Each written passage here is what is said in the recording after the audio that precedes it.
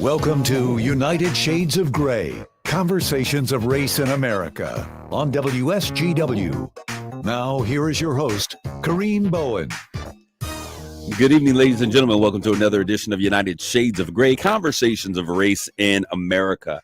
I have a really fun and informational show in store for you all today. I have some ladies that happen to be relatives that I picked up along the way. Now, I just met them recently over the past week, and it has been an amazing experience. I shared with you guys in previous shows, and I'm not sure if it was on this show or my other show. I had Essie Patha come in, and okay, so it must have been on my other show, Straight Talk with Kareem Bowen, Sundays at 6 p.m. live on KISS 107.1 WTLZ.com. But we're here at United States of Gray. I have these women with us on today, and we are going to talk about something that I've shared. I know I've spoken with it, haven't I? I have my studio in the studio with my producer, Jonathan, with me. John, hello. We've spoken with it before, correct? Have we spoken about it before? Yeah, we talked about. I know that you were planning to go. That's the last I heard, and then you dropped off the face of the earth for a couple weeks. And a man must now you're have back some time. with guests. Yeah. So we're back with guests, and so we have recovered. They let me return. We've talked about it. The GU, Georgetown University 272. We'll talk about what that means once again to give greater clarity. And then we're also going to talk about something called the Southern Maryland Descendants Gathering. And I don't want to waste any more time because we have a lot to talk about on today. I see you all that are showing up in our social media stream, but I would love to bring in the ladies, bring them on. I want to introduce you all to my family, to my cousins. We have Julie Hawkins Ennis. Hello, Julie. Hey, Kareem. How are you? What's up, cuz? What's up, cousin? And we also have Henrietta Pike. Henrietta, how are you doing? Now we lost you. I think you muted yourself, Henrietta. Mute yourself. Of course. Hello, Kareem. Hi, everybody. Hi, Julie. And also there is we're having some problems. I'm not sure if she's where our ancestors came from or what's going on, but that's about what her social media Did she ever make it home? Yeah, but we're also going to hear from Rochelle Sanders Prater. She's currently having some difficulties with her connection, but we'll hear from her soon. Ladies, I want to jump right into our conversation. Once Rochelle is back, we'll bring her back in and allow you all to hear from her. Welcome to United Shades of Gray, Conversations of Race in America. Thank you. And I know you guys are probably like, we have no idea. They have seen one show, but we talk about conversations on race, and it may be a plethora of issues. But today I'm excited that we're going to talk about something that's very dear to my heart. As we talk about the GU 272 project and the Southern Maryland Descendants Gathering, which took place on last week. I want to say this before we get started. We often talk about slavery. We talk about injustice. We talk about racism. We talk about everything under the sun that is pertinent to that conversation on race in America. We've even talked about the evolution of race as a social construct. But today we're going to have a conversation really that is exciting. When I was a kid, I want to say this. When I was a kid growing up, I must have been about 12 years old. I got into a fight with this little white kid. And he said to me, as we were exchanging, we're talking, bluffing out one another. He said to me, go back to Africa. And after getting his good beat down, after that, it was something, the things that happen to us and that we hear as kids have a way of staying with us for a lifetime. And what that did to me is I continually, in my mind and in my heart, I carried around this feeling of, wow, I don't know where I came from. And so this weekend has been an amazing event. It has impacted me, what I experienced on last week, in a way I never thought that it would. I received something that I never thought that I could. And I felt a sense of home. We're going to bring in Rochelle Sanders Prater, if she's in here. Rochelle, are you here? There she is. I'm here. I'm having extreme difficulty, technical difficulty, but I am here. Okay, she's here with us now. I would just love, Henrietta, I want to talk with you. When we talk about GU 272, let's start there. The way that I found out about it is that my cousin Epatha was on our cousin Epatha was on Finding Our Roots. She sent me a message saying that she was going to be on there, and the family watched, and we were all amazed together. What has happened since that show, and what we did not know what was happening before, is that folks who were part of the Georgetown 272, and I want you to explain what that means in your explanation, have been coming together and meeting and pulling pieces together. Share a little bit about what GU 272 is, and then also what has been happening in terms of bringing those who are the descendants of those 272 together. Okay, Kareem, let me explain how I found out about the GU Okay. 272. You know that is more Georgetown sold more than 272 enslaved people. They were the Society of Jesus who had these enslaved people, and Georgetown was failing. One of their missions was to provide education. So Georgetown College was failing at that time, and they decided to go ahead and sell more than 272 enslaved people. And they happened to be our ancestors in Southern Maryland. So my ancestor, Rochelle's ancestor, Julie's ancestors was sold down to Louisiana. And Well, mine won. because Yeah, go ahead. yours, well, okay. We're the ones So that stayed. some of us stayed Well, not behind, stayed. and We mine won. was stayed behind also. So Louisa Mahoney was on the bill of sale, but she was told by a neighboring priest to hide in the woods. And that's what she did. She hid in the woods.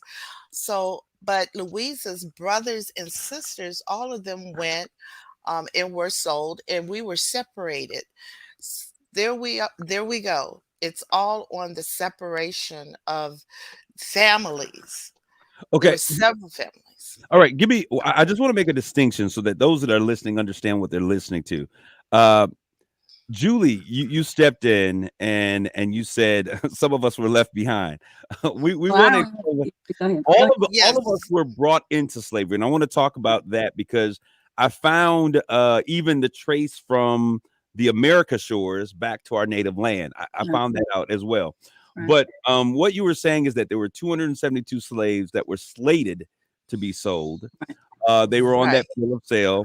And I wanted you to take it from there, Julie, as you shared about how the separation between those that actually ended up in Iberville, Maryland, Louisiana, and then those who remained. Go ahead, share. So our story is different and the same, and I kind of am adopting myself as the voice of Southern Maryland people, because first of all, we knew nothing. Those of us who did not get sold away, or those of us even from families of free people of color, because one of my families is free people of color that live right next door or right in the same area as Newtown Manor, but we connect. And one of the things we used to hear in our family, my grandfather would tell me that according to his great grandmother, some of us were sold down the river, and I never understood what that meant. My story about how I found out about this was, of course, I told you, you heard my story, Kareem, about how on Ancestry, I was connecting to people down in the Deep South. And those of us in Southern Maryland, we knew for a fact we were from Maryland. We didn't come up to Maryland through the migration and all of that. We were the native original families of Southern Maryland. And like I mentioned to you, my roots go back, to the settlers, to the Native Americans, the Piscataway, and this GU 272 families. But when this first came out, they concentrated more on those who were sold to Louisiana, right? And that's all you heard was the families that were sold away. And then finally, I started thinking, well, wait a minute. If they were sold away, that means we lost family.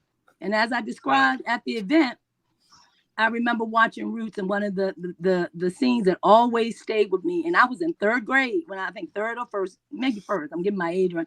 Man, when I saw that, I remember that scene was so traumatic to see this kid being stripped from his mother to be sold away. That's how I looked at you all.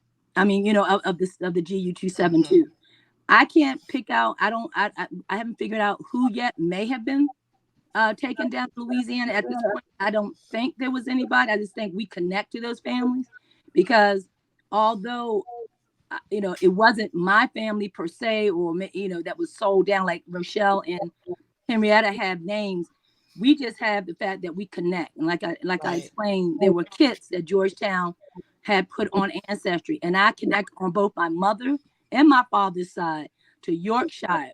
And first of all, there's surnames that were looked at that what am I trying to say, that could almost point to the fact that you were connected to the GU 272, or you had families that were sold away. There were several names, but my surnames, I'm a Hawkins first of all, and I think I'm a Hawkins. My grandmother was Barnes. My grandfather's family, they were actually Coons, but I just found out they were also Jones. They were the free people of color, which now all this is making sense because the Jones were connected to the Masons. Louisa Mahoney married a Mason, and the Masons were free people of color. Julie,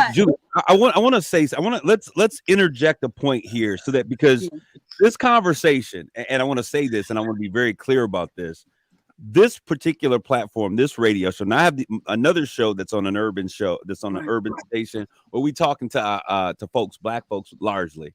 Okay. This platform airs on a station which is not particularly not Black, and it's a very conservative station. Right. So this is our opportunity to really share.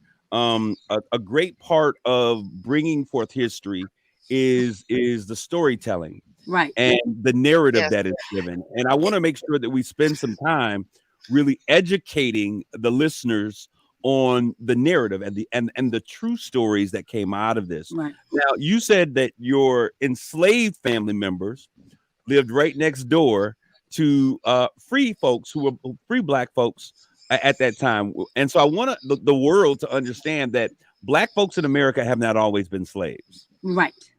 And, Maryland has a long history of having, people always thought it was just Louisiana and New Orleans, but we in Maryland have a large list of free people of color. But that didn't mean we were treated much better. I mean, just like that we could do our own thing. I don't even want to say we could do our own thing. We just weren't owned. We weren't owned by anybody. So there's a book out called I forgot what it's called. The 272. Rachel Swan's book did an excellent job of giving us a insight and a picture of what the life of a free person during that time. Louisa's husband, Alex Mason, was a free person of color, but his life was not as you would think it was.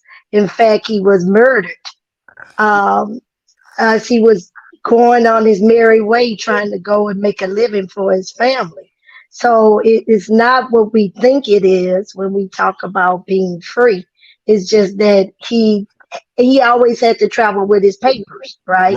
Right. So it wasn't like freedom to move and freedom to stay and freedom to do everything you wanted to do. But I just wanted to clarify regarding the comments regarding the people group, if you will. There are several descendant groups that connect to this Jesuit enslaved history. Right. GU 272 Louisiana and GU 272 Maryland, right?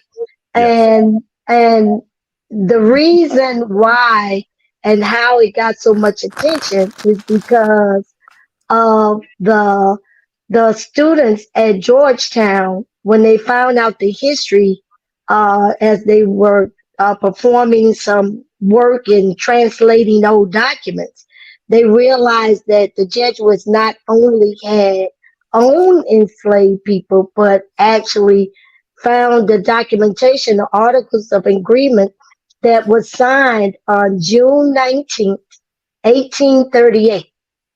Where it listed the names and said the number listed with the other inventories, if you will, pigs, chickens, you name it.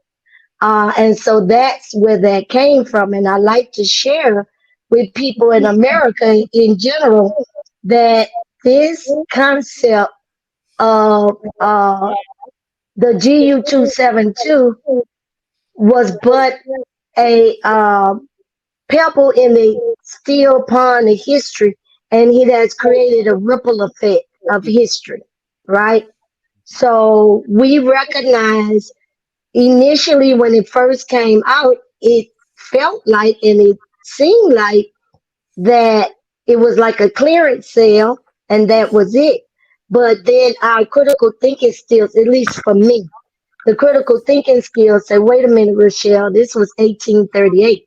Slavery was not over with until 1865.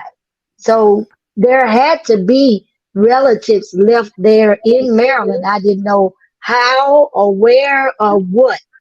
But that was the way we looked at it. I also would like to take a second and just say the other descendant groups include a group that went to Grand Coteau like in 1829 or 30.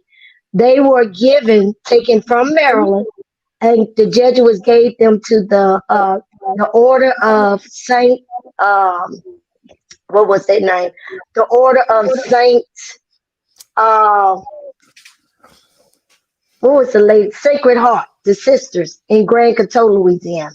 So we have that descendant group of descent. Then we have another group. I know for sure that date was 1830. They took a group of 6 individuals to St. Louis to help build the mission in Florida, Missouri. I mean, Rochelle, let me interject really quickly, because what we have to understand with the projects of an emerging nation coming forth, we understood where the work was. We are going to see a transition and a movement, a mobilization of slave labor. So this is the normality of what was taking place.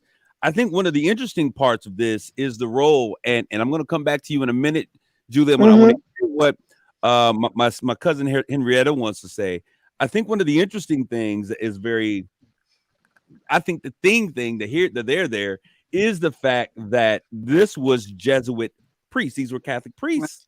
Yes. Who were a part of this process. And Henrietta, there's a point that you've been wanting to make. I want you to make sure you get it out, because you look like I've been trying to explain. No, these two are talkers. I'll tell you that right now. But just to get back to the history in the Mahoney family, and this is something that I didn't know, is that they actually sued for their freedom. They sued John Ashton for their freedom, and they had court cases which took over a decade. It was Charles, Patrick, Daniel. They sued, and that was based at the White Marsh down in. And what's so amazing is it's right here in Maryland. So when I go and I read the court cases, I'm saying those are my great uncles who are suing for their freedom. They describe them as mulatto men. They describe them as talking eloquently. Being a Mahoney, I can look at the records and I can see my ancestors there giving them a lot of pain and Henrietta, I got a question. The question that I'm asking from and I don't want to get into separated groups, but I want to talk about these as a package. What enabled your ancestors to be able to sue? Let's talk about that. It's the Mahonies, it's the Queens. I think it may have been the Times. I'm still trying to find that out. I just know that they are strong people, and they have always been talked about in the priestly papers that went back to the Pope. Okay. Back at that times. Yeah. Hold on. I want someone to answer this question. Some of the people that came across on these ships, we're finding out now that the Margaret was the ship that many of our people came over on, right? Some of the individuals that were on other ships were indentured servants. Right. An indentured servant is someone who owes a debt, so to And speak. Joyce was one of them, and she was one of my ancestors back in the late 1600s. And then that is part of the Mahoney narrative. I get Queen that. narrative has the same thing. But Marietta. now you're getting into Southern Maryland history. Yes. Yeah. It was always Okay, and we have lost her, but she'll come back. This is my question that I want to make sure that we're making clear. Right. So many people came over as indentured servants. We had folks that were indentured servants from Ireland and wherever they came from. There were also blacks who came over as indentured servants, correct? Exactly. Yes. Okay, when they got here, and I think that this may be the groundwork, and this is taking us away. So if y'all would allow me to travel, Right. It comes in. It comes in. So these indentured servants were promised by this new country, the colony, right? That after so many years and you've paid off your debt, we're going to give you 50 acres. Sound familiar, Black America? Right. We're going to 40 acres. What's that? 40 acres. Yeah. So we're going to give you this land that you can then be free with. And I think that one of the issues was, and probably for many of the slaves, after we've paid our debt to society, as you will, we have a right to this acreage. We have a right to be free, and if not given, so I think that's a part of it. But my of why they were able to sue. But my question, and I want to go back to this. When you guys collectively, how did you all find? I want to know the story of how you all found each other, and then how you all were able to begin this Southern Maryland gathering, and why we use that name over any other name. Can I speak? So again, when this came out, folks in Southern Maryland didn't have a clue about it, right? I grew up Catholic, Kareem. I grew up in that area that you. I'm glad you said that, because I was going to bring that up. I am a Black Catholic. We grew up in Catholic school. You just witnessed that our whole community, Catholicism was not just a religion; it was a lifestyle for us. Okay, we went to Catholic school. We practiced all the Catholic traditions. And in school, as I told you, we learned about all the Maryland history that we could ever learn, but we never heard about Jesuit enslavement. My teachers were Jesuits and nuns. The people I went to church with were Jesuits and nuns. And I'm gonna be honest, they supported us. I grew up in the time when, the Catholic Church was very much like American society. Somebody said, well, how could Catholic Church do this? They, practiced the same things that were going on in America at that time, meaning when my parents were going to Catholic church, we were together, but you were in the back, or, whites got communion first and we got it second, but we were still together, right? So race has found a way to infiltrate every area. Yes. Right. That's why I made the point, on my journey with this, I kind of made, and you heard me, I made the point that, people, now, some people are very upset with Catholics, and I get it, but it wasn't just the Catholics that did this. Or any institution that was a part of America did this as well. Okay, they sold enslaved. Yep. Yeah, But for me, like I said, how I figured it out was when they were talking about these enslaved persons being sold to, first of all, it shocked me, because out of everything, I was hoping that the Jesuits or the priests who claimed to be close to God, and closer to God than many, that this is something that they would have never taken part in. At the time, like I told you, my kids were just entering into Catholic high school when I found out about this.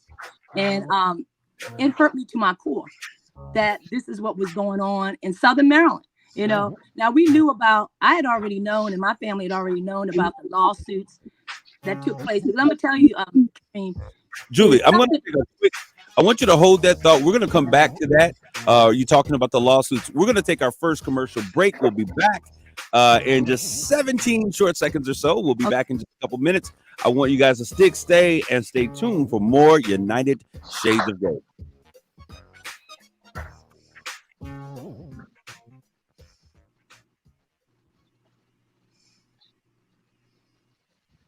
So you want to know how we met, how we came to this history, and how we got to past weekend, Kareem? Get to that. Yeah, get to that, Julie, please. Okay. I know you're not talking. All over the place. So cute. You're listening to United Shades of Grey on WSGW.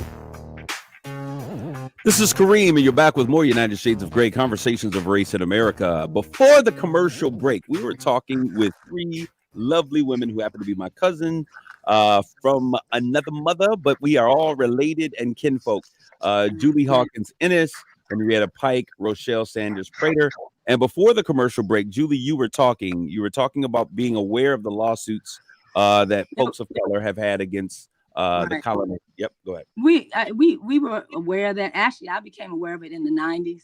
And maybe if I was as smart as one of the authors that wrote a book, I would have done the same thing, and I'm not going to put the name out there. But I remember discovering that. But I also remember in our family, there was a certain, I don't know, pride, a certain, I don't even know how to describe it, that pretty much we took no prisoners in Southern Maryland. You talk about those lawsuits in my family. There's lawsuits about the United States colored troops they sold, and my grandmother got the money. It was always that aggressive press for freedom, and I do think it comes from the fact that a lot of people did start out in Maryland free, in some instances, as and especially after the Revolutionary War, a lot of African Americans became free, or blacks became free. But it was something about just our strength, and the fact that like Henrietta said, the Mahonies who sued. I mean, this is all making sense now, even with some of the history I know about my family. But how we all met was when this came out. For me, I'm gonna talk from my side. The descendants, GU272 descendants, started meeting in Maryland, and one of the areas was Bowie. I was paying attention to this because of my surnames. I was trying to figure out how we connected, if I had family that had been sold down to Louisiana. So when I met, I think that's when I met Rochelle. I met Rochelle at that time. And then, it just kept ringing with me that, wait a minute, I was kind of one of a few Southern Maryland people at these events. It was several others, but I think those other Southern Maryland families their families were on that list that were sold to Louisiana. But mine weren't, but I connected. Connected. So that's when I started thinking, wait a minute, we lost family. So I really started pushing. I know people were gone and left Southern Maryland, but you all left family and we lost family, right? So that's when I kind of met Rochelle. And Rochelle and I had discussed early on, before we met Henrietta, about doing some type of bringing the families together. I mean, it was early, I don't know, Rochelle, when we first met. It was the first time, too, when we met at Newtown Manor, because she would come to Maryland. My family lives in Southern Maryland, as you know, Kareem. They're still there. And Rochelle would come to Southern Maryland, call me and say, hey, come over here and meet me. I'm here. And Rochelle is she's not afraid. One who has strangers and not afraid. Absolutely. She is. So the second time we met, that's when I met Henrietta and her brother. And that discussion came up again about, maybe we should try, and for me personally, I wanted to bring everybody back home. It tore my heart apart. I'm getting ready to tear up now. Well, Julie, with your Facebook page, you brought a lot of people together years ago. You've been doing it all of your life. Yeah, it tore me apart every time I thought about the fact that, number one, we didn't know this took place. And Kareem, I'm thinking we didn't know because as generations went on, how in Black families, I found this out even in mine. They don't like talking about the negative, okay? How sometimes we find this out and find that out.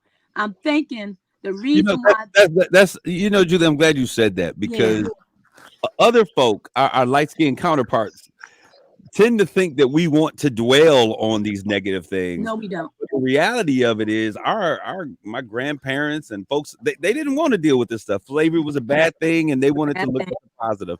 Right. I want to make a transition real quick. You were talking about your connection to Rochelle. Now, my understanding and seeing Rochelle in action is that Rochelle is the people connector. I met her and work that my family had been doing for years was kind of stopping with my great grandmother and her mother. And in about 15 minutes of meeting Rochelle, and this was I was telling Henrietta, she laid the entire plan out. And what she didn't know, she introduced me to her father and then to cousin Joe, who lives right here in Michigan. Right. And they put the tree that was bare bones, looked like it had just come through a winter, had now grown branches and leaves and color. Rochelle, how did you get involved with this? I call it a fight to bring people together, as Julie said. How did you get involved, and what has your role been in bringing these GU 272 people together? Thank you for your question. I can very say, and that may sound very crazy, but it is a true calling. Yep. It is a divine intervention.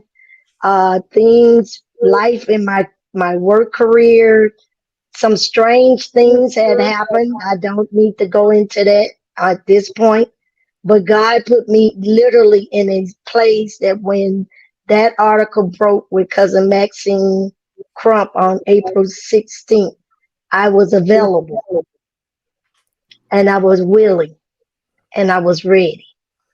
I was raw and ready for it. I want to interject really quick because you just said the name Maxine Crump.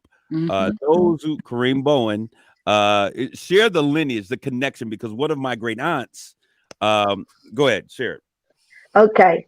So cousin Maxine Crump, when I saw that article, I knew she was the Crump connection to my family, but I didn't know the Hawkins connection. Right. So cousin Maxine is a descendant of Neely Hawkins, which is Patrick and Letty Hawkins.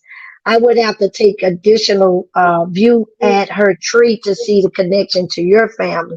Mildred. But cousin Mildred Crump was married to cousin Alton Crump, and they literally live right next door to us. And so Kareem, Crump is my great aunt. I grew up going down to Maryland. Correct. Oh, that's a connection. And your great grandmother, Miss Pearl, everybody knew Miss Pearl. She lived across the bayou. Mama Pearl lived across the bayou from us. So I never got the pleasure of meeting you, Kareem, but I was very much aware of all the Bowen all my life, right? In Maryland, I grew up in Maryland. Even as Julie said, I will tell you the same kind of dynamics that exists with Julie, with people in her little town not knowing each other and understanding the connections. That is that same thing exists in Maryland as well as Donaldsonville and Homer. The Hawkins family, the Isaac Hawkins children, was spread out throughout Louisiana, and we don't know if they ever got to reconnect with each other or not. I would hope that they did, because my direct connection, Jackson was 3 years old when they arrived in Louisiana, and so he is my great grandfather. Had no idea, had never heard his name. He's buried right there in Immaculate Heart of Mary Catholic Graveyard. Can't figure out what happened to Patrick nor Letty. However, I suspect that they may be buried in Patrick may be in the New Orleans cemetery. And it looks like Letty may have went to Kentucky. Wow. To reunite with her Blacklock family. I'm still searching that out and trying to get confirmation. Okay, I want to do this really quickly because we can get into these family and I see family members that are like, wow, this is amazing. This is what we experienced on last week. You didn't give us any chance to really acclimate. We came in and bam, oh, this is who you're related to. And it was amazing. The thing that makes this so exciting for those that are listening is that for so long, I would talk to my white counterparts and they could say, oh, my great grandfather was this. They came over to England or, even wherever it was, and they could trace their patterns. We have never been able to do this. And in my family, Ann Bowen and John Bowen, who came north, my grandfather and great aunt, they both left. They were the only two in the north, and we rarely went back for family reunions and gatherings. But Isaac Hawkins, who was the first name on that bill of sale, is my fifth great grandfather. And so when we look at this relationship, these are the same names. I want to talk about last week. On last week, let's shift our conversation to the Southern Maryland Descendants Gathering. All right. For those who are listening, this was from Wednesday to Sunday. It was a life. Was it Wednesday? Yeah, because people were coming in on Wednesday. People came in. Thursday. Well, Yeah. It started Thursday many of morning. us planners got there Wednesday Wednesday. night, but the tours they started on Thursday morning. Henrietta, why don't you tell us, give us an overview of those tours, and then we'll talk about them a little bit with the time we have left. Okay. So it all took place in Southern Maryland because that's where this all began, was in Southern Maryland. So that's what was our hub down in St. Mary's County. And we started off Thursday morning by going to St. Ignatius Chapel Field in Port Tobacco, Maryland.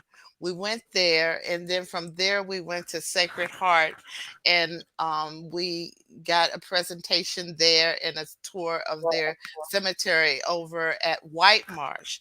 That was one of their biggest Jesuits plantations.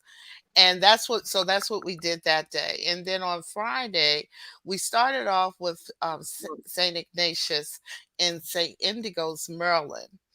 And that also included Priest Point, and that's where the manor house was for that particular plantation. And that's where some of the Barnes and the Mahoney's were down in that, just to name a few surnames. And then from there, we went over to the Afro-American Museum, and that was located near St. Peter Claver's Church. It was right there on their grounds, and that was one of the first historic Black parishes that broke away back in the early 1900s. So we went there to St. Peter Claver's Afro-American Museum, and then in the afternoon we went up to Julie's spot in Newtown, and we viewed that plantation and had a presentation. And each day we had a marvelous lunch.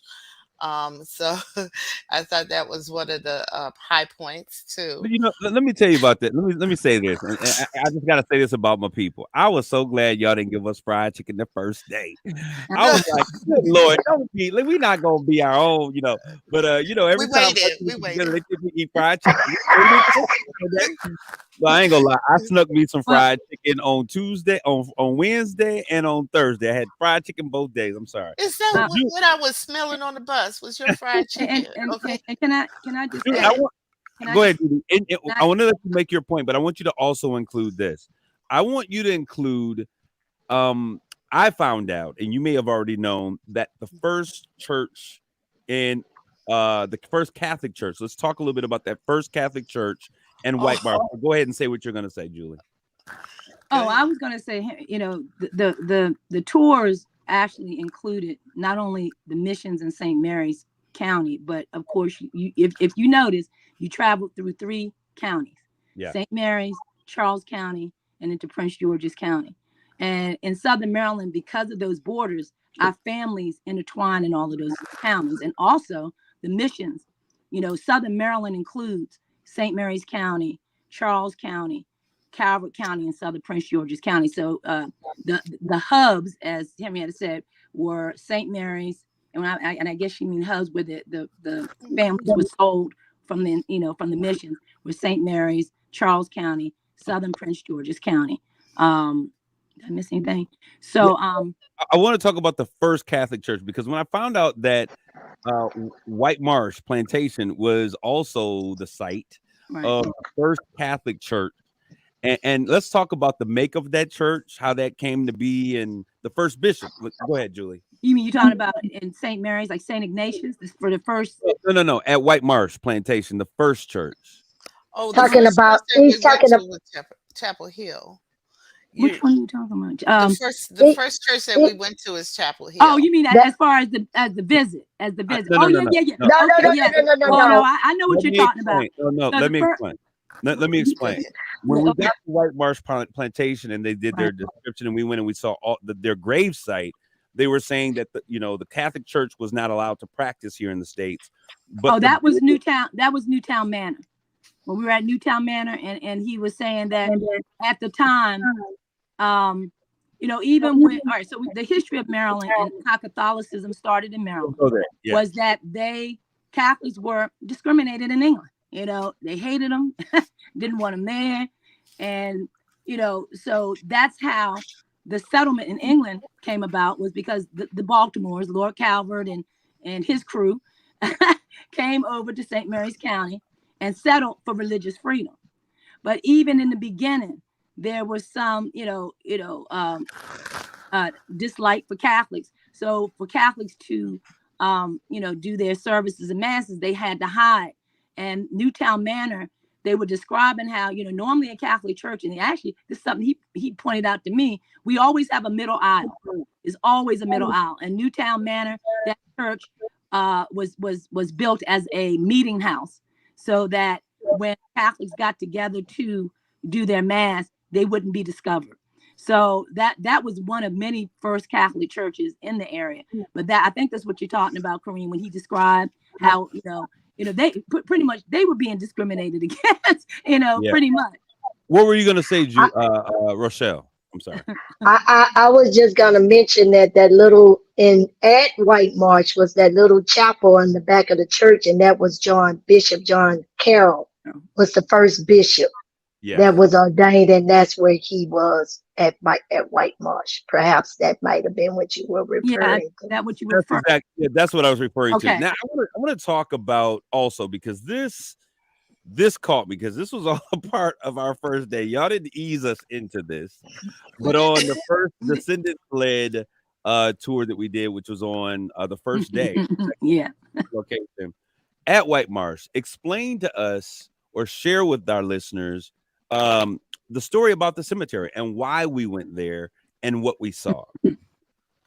Well, originally when we started this project, we were just going to limit it to Saint Ignatius and Saint Indigo's in Newtown.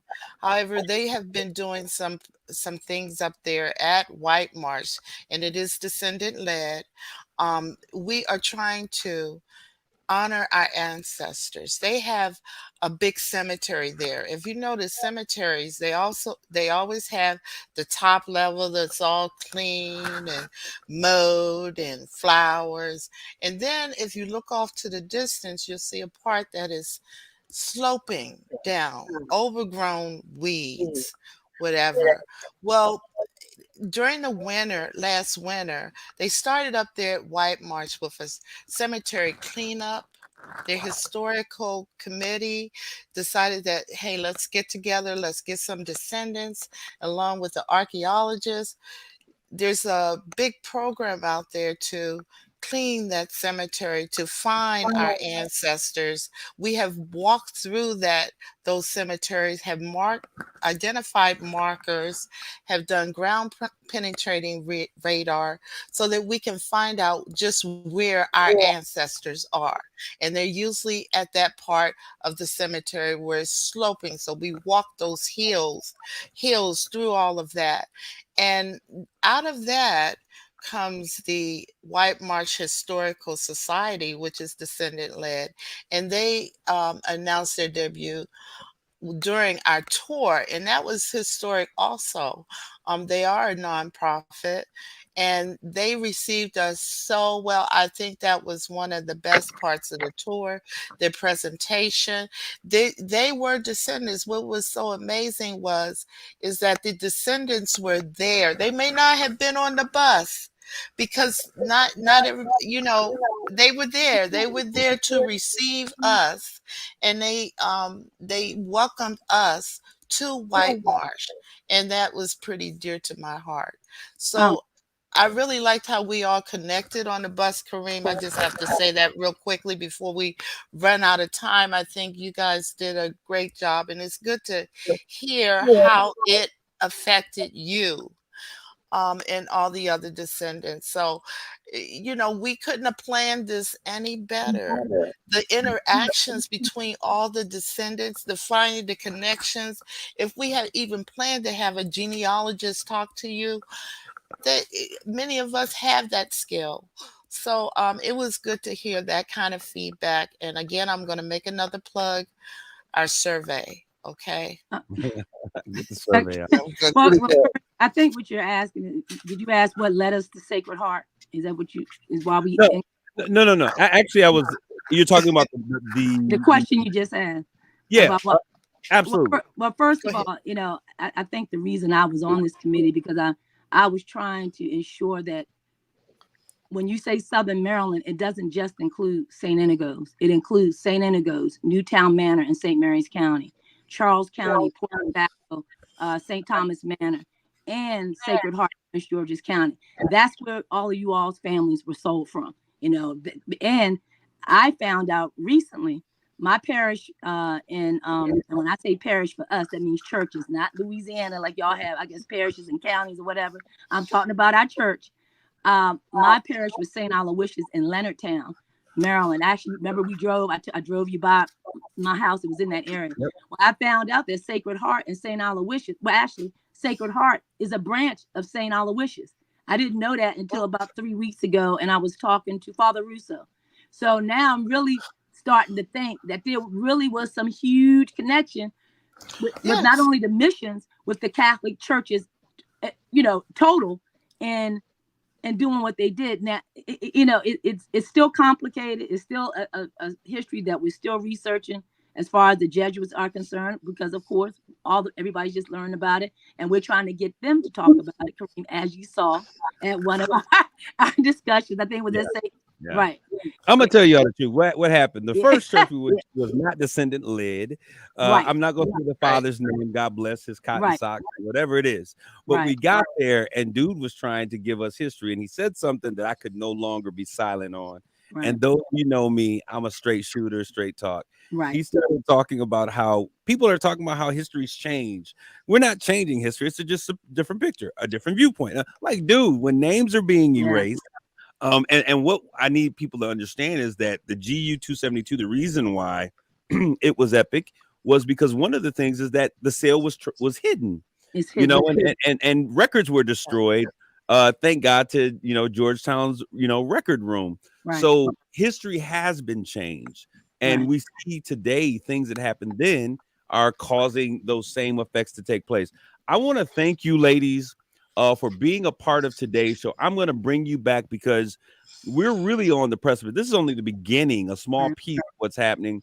But I want to talk about how the Catholic Church, the Jesuits, what they're doing, because they are doing some things. We in terms of you can't make up for the past, but making some attritions to some things and some funds that are being created. How can people contact you all? What's the best way if someone wants to know if they're part of GU 272?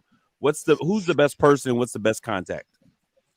Rochelle. I guess that's me. Yes. I guess that's me. I am the executive director for the GU 272 Descendants Association. And I do want to clarify that, yes, the name is GU 272, but it includes all descendants of enslaved.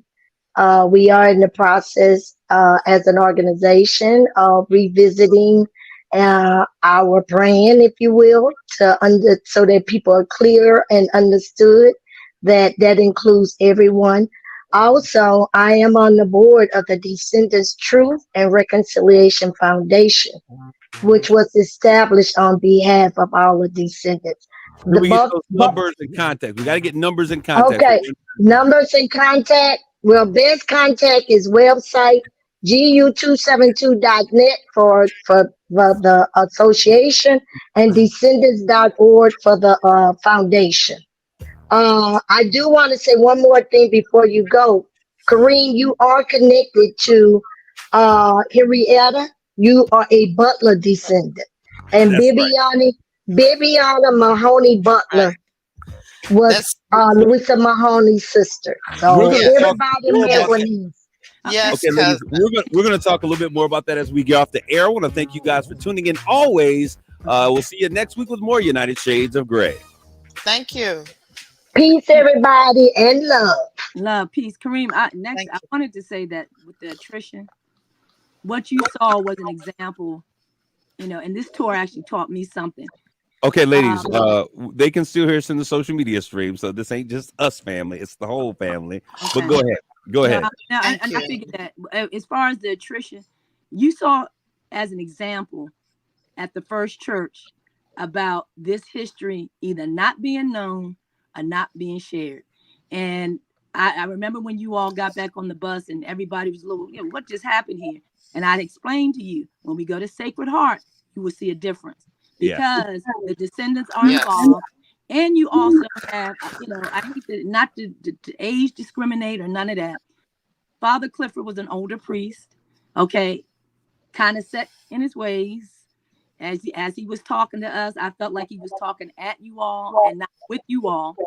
And I don't know if you remember, I kind of interceded and said, look, hold on, I forgot to tell you, you're talking to a group of people who are very educated and versed in their Catholic enslaved history. And when we went to Sacred Heart, you saw a total different scene. Yes. But that is because descendants are getting involved. People like myself in Southern Maryland are trying to get, I'm going to go back and talk to Father Clifford. I actually talked to his assistant. We had been there before, me and my cousin talking to him. And for some people, and even the priests, it is hard to accept that they did this, And you can see it's very hard for them to accept this. But that's what my mission is. That's what our mission is to make this it's history. It's American history. And it's one part of American history that needs to be told. And you're not going to change it, script it, And we have to be involved with that narrative and how it's being told. Yes. So we have to be able to tell our own stories. And I think that's very important. I want to say this to you ladies while we're still on a social stream, but we're off our radio program. I just want to say this, and I put it in writing. This past week has changed me in a way that nothing else since I've been on this planet has, with the exception of salvation. So much of my life, I've always, me as a person and my family knows, I'm talking to old folks, trying to find out history. Knowing where I came from was so important. To be able to be connected, because this part of the family, the only relatives we knew were my aunt, great aunt Anne in Detroit, which Epatha is her mom, and so a family reunion was when they drove up from Detroit to see my grandfather. But being able to come back, and Julie, you said this on the platform, and this is where we're getting back to that. You said people had talked about slaves being taken away, but you guys were left behind. And what we realized is that we were taken to a foreign place while you guys remained in the place, which was technically home. And so seeing us come back was like bringing everyone back home, us home. And in that moment, man, it felt more like home than a lot of things and a lot of places I've been. And I say this, I've shared with you, with all of the people that we were with, we laughed, we cried, we fellowshiped, and the experience was so amazing. So I want to say to anyone who is a part of an enslaved group, whether it's the Jesuits or whomever it might be, to take the time to get reconnected, because you filled in the gaps. Now, in terms of your boy Kareem, I not only found my family, my cousins, Rochelle, who's a very, very close cousin, and cousin Joe, who's right in Battle Creek. This is crazy. Just inside the state. Kareem, can I say this too? Yeah, let me finish. I always got a lot to say, but go ahead. When we organized this, I purposely included St. Peter Claver. I remember telling them I want to do this during Labor Day weekend, and the reason why I did it is because that event that you were at, I don't know if you came on Sunday, that's traditional in our community for Black Catholics. Now, although my parish is St. Aloysius, normally the Black Catholics, the Black community get together at that Labor Day party just to commune and talk about, the historic Black schools, as you saw, that were there. I did that on purpose because I didn't want to just meet or bring you all back to talk about Southern Maryland people at a table in a library. I wanted you to see who your kinfolk were in action. And that's why it was important to me. And I don't even know if I really expressed this to Rochelle and Henrietta, that you saw them. And because, I was getting so much, opposition to being Black Catholic, I wanted you all to see what Black Catholics were about, and I wanted you all to see that, that's all we knew. You know, oh, I don't know why. Well, that's all we knew. And, you know, I don't have a problem being a Black Catholic, because as my ancestors did, and as my mom and them did, my grandmother, do know we took up the cause as Black Catholics. Do know that. You know, some people would, oh, you're a traitor, you know, you're a traitor, you're this. No, that's all I knew. That's all I knew. You know, I didn't know anything about any other religion until I left St. Mary's County. When I went to college, I had no idea I was a rarity. I'm like, well, you're Black Catholic. Yeah. I mean, no, you must have converted. No, that's no. So the reason I did that, Kareem, is so that y'all could truly feel your people and in your home place and where you were from. Right. I certainly thank you, ladies. This has been such a great pleasure. And for those who are listening, those born, I saw some of them in the social media stream, found out the Margaret was the name of the ship that our folks came over on, all the way back to the coast of Sierra Leone, Bonce Island. So it was a wonderful occasion. I cannot wait till the next time we get together. Rochelle, we got you on that survey. It is coming. And God bless you all. Love you, family. Thank you. Love you. Bye-bye.